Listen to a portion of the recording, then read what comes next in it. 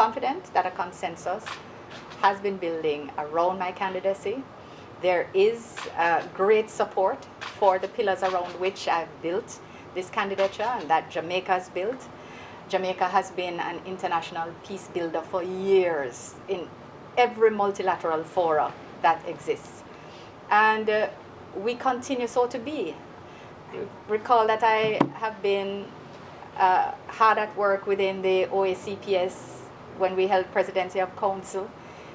Jamaica I was president, or rather chair, of the CARA Forum when we opened discussions with Britain for a post-Brexit trade arrangement, which we signed in 2019 in St. Lucia.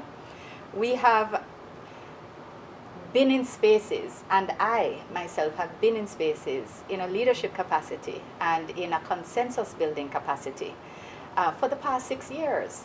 So we are in a good place to run a campaign, and we're confident of where we are right now, 30 days before the date on which CHOGM ends.